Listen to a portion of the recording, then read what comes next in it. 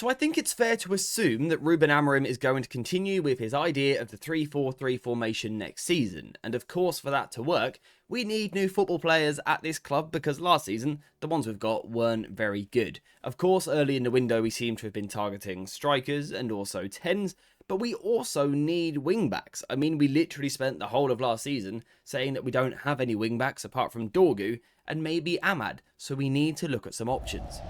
Now, I think the type of wingback that we need depends on what side of the pitch you are looking to strengthen. For example, on the left-hand side, we have someone like Harry Amas, who probably needs a loan. We have Diego Leon, who isn't going to be ready for the first team just yet.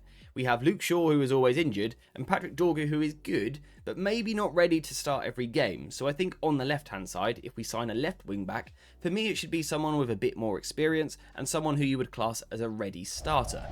So the first player that we are going to talk about for this position here is Antoine Semenyo. Now, of course, this is someone that we've spoken about quite a lot. I'm aware that he is very, very expensive. So this is sort of the premium option. We will be looking at some other cheaper options as well.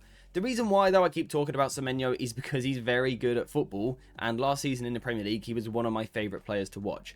Every time I've spoken about him so far, I have spoken about his power, his athleticism, his drive, his ability to cover space, his acceleration, and that is all very, very true. He possesses all of those things to an extremely high level. However, something that I need to make very clear today is that technically this is a strong player as well. He's good with the ball at his feet. He's not some pace merchant, he's very technically pleasing. He's good on the ball. He's effective, particularly with his dribbling, and importantly, two-way dribbling, and we know that we need that from wing-back because sometimes our inside forwards like to go outside the pitch. So having a player on the left-hand side that can dribble both ways and be ready for the first team seems like a pretty good idea, and Semenyo would bring that.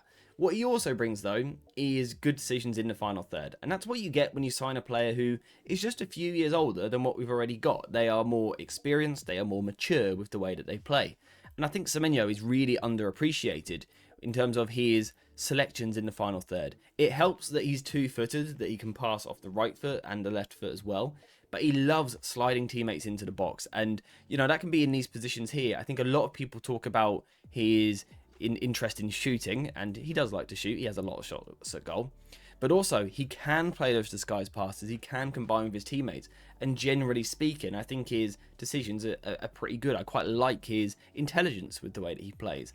And of course, the other thing with Semenyo is if you sign him, he doesn't just have to be a left wing back. He could also be a right wing back. He could be a left 10. He could be a right 10. Maybe even a striker. So yes, it would be a lot of money, but he is a very good player. Now, the next player that I want to look at for the left wing back position is actually more of a traditional fullback profile rather than a winger. It is going to be Theo Hernandez. You would have seen his face in the thumbnail and you may have immediately thought that's unrealistic, we can't afford him, but he's actually only got 1 year left on his contract, so I think he is quite gettable this summer. If there's a time to sign Theo Hernandez, it's right now. What do you get when you sign him? Just very good technical ability. I think his ball carrying in particular is something that is often spoken about. His ability to fly forward from left back. So I labelled him as a traditional left back, but he doesn't play deep in these positions. He wants to get forward. He wants to bomb forward and is incredibly effective when he does so. He's got a real engine on him as he drives through the pitch. But I think also he's a very good passer as well. He's got a really good eye for a pass, really good vision, and also good weight of pass as well. And that's particularly been showcased when he's actually played as a sort of left outside centre-back, where he's got more time on the ball and able to pick a forward pass out. I think if Theo could take those similar traits into a more advanced position from wing-back, it could make him a really, really dangerous player. The other good thing about him, though, is again the tactical flexibility. So he could play left centre-back, as we've just said. But also, from the left wing-back position, he can play in different ways. He can play as a sort of traditional overlapper, which may suit Cunha. So Cunha plays inside, Theo Hernandez goes flying around on the overlap. That could work quite nicely.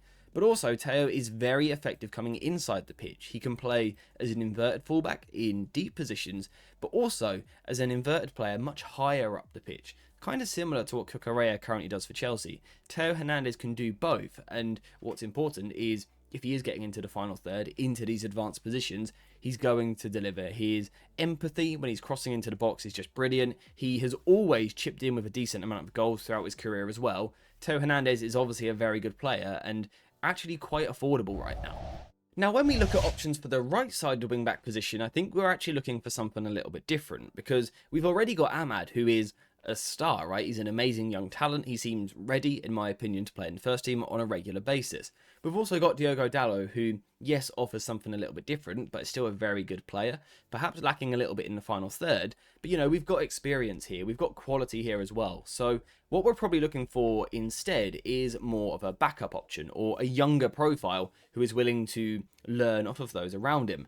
The other thing I think we need in this position, or kind of for either side to be honest, is a winger profile. Manchester United this season are at risk of losing some valuable players to the African Cup of Nations. Ahmad would be one, and maybe Mbeumo if he was to sign. Losing those two leaves us with pretty much no wingers, so we need some winger profiles. One we have already spoken about recently, his name is of course Roger Fernandez, currently playing really well at Euro Under-21, as we anticipated.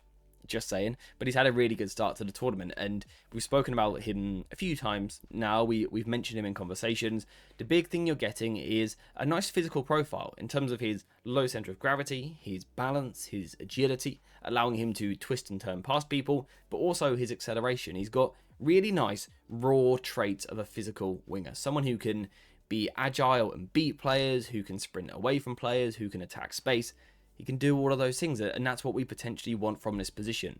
What I also like, though, is the dribbling ability with the ball. Again, we've spoken about this. He can go both ways. That's inside onto his stronger left foot, or down the line onto the right foot, with a little bit of disguise in these deeper positions to create this room for him to move into. What I also like, though, is his ability to attack open space.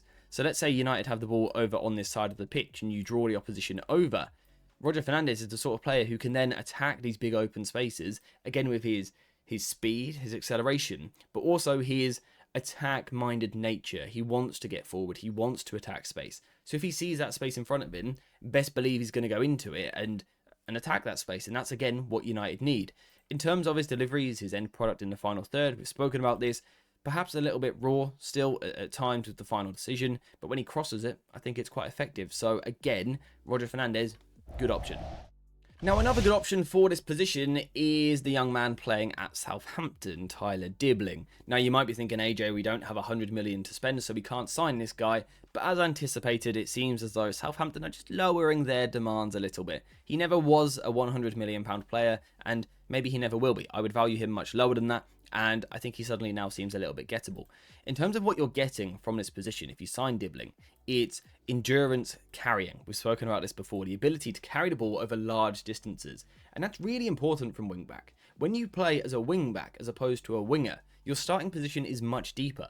So if you are looking to carry the ball forward, if you're looking to take people on and drive the team up the pitch, you have to do so over a much larger distance. That requires endurance with the way that you play, and I think Dibling possesses that. I think he has the ability to carry over distance, which potentially makes him a really nice option for United in terms of the physicality and intensity he brings on the ball. Importantly, he also does the work of playing with his back to goal. So when Manchester United are trying to play out from the back, you can go into him and trust him, first of all, to look after the ball, to retain the ball, which is very important when playing out from the back, but also actually to turn these situations into dangerous situations, because he can play on the turn. He can look to draw a defender in and then actually beat that defender and go past him. And that, again, would allow United to progress the ball a little bit more effectively than what we do currently. In terms of when he's a little bit higher up the pitch, the final third, again, we are talking about a youngster here, so you are getting someone who is a little bit raw. He's not the finished article. I think his end product is a little bit lacking sometimes. Crossing, I think, can be decent from the left foot as he looks to sort of cut in from this position, cut inside onto his left, and then cross towards the far post. I think he's pretty good at that. But apart from that, he needs a little bit of work. His combination can be good, but at times a little bit loose. But again, we're talking about a young player here, a versatile player here, and certainly an option. Now, the final player that I want to talk about for this position, although realistically he could play either side, is Dango Ouattara, who currently plays for Bournemouth. Now, this isn't a player that we've spoken about before, but this is versatility. This player screams versatility. He can play up front, he can play on the wing. He's even played at left back for Bournemouth the season before the one that just finished. An incredibly versatile player, and the reason for that is because he is very technically gifted. He's a player that I was watching before his move to Bournemouth, keeping an eye on him, and I quite like the profile of player that you're getting here. Now, again, the thing that I like about this is that you are getting a winger in a deeper position, which means your team should be more attack-minded, more aggressive, and have more attacking intent and a desire to get the ball moving forward. Ouattara Tara is no different to that. He is a dribbler. He's a winger, of course. He wants to take people on. He wants to be aggressive and move the ball forward when he can. I think, though, what I like a little bit more about his game is sometimes when he drops a little bit deeper, which playing wingback would allow, and actually looks to get his head up and play passes forward. Now, if you look at things from a statistical point of view, he's not a progressive passer. But in the minutes that I've seen, when I've watched him, I actually think he has an eye for a pass from deeper positions. He just doesn't actually find himself in deeper positions often enough. But I do think he is a player that can be effective from these deeper areas. Now, I'm not sure that he's ever going to be a world beater, a world star, but as a squad player, a utility player who can play in so many different positions, I think that offers a lot of value. He's incredibly two-footed. You can see that his shot percentages this season in terms of his left foot and his right foot are actually very, very similar. A player that is confident on both feet is huge. It's huge at wingback, especially a Ruben Amorim wingback, where again, sometimes you've got to come inside, sometimes you've got to go outside. Actually, from both sides of the pitch, you do need to be two-footed. You do need to be comfortable going both ways, and Ouattara is. And whilst doing all of that, he also has had a pretty good goal return in the past 12 months, contributing to his team's attack. Despite not playing the most minutes, he's not an option which would excite fans, but I think he's a good player. So yeah, that is that. 5 different options for Manchester United in the wing-back position this summer. If you guys can think of any more that you would like me to talk about, let me know in the comments down below. Also, apologies, I've just noticed a slight error with the camera. Apologies if that has been glitching throughout the video. Not sure what's going on there. Hopefully I'll sort it for next video. So sorry about that if you have had problems. Hopefully I saved it in the edit. But yeah, that is all I wanted to discuss for today's video. So thank you guys very much for watching. Let me know some different options in the comments down below. And yeah, I'll see you in the next one.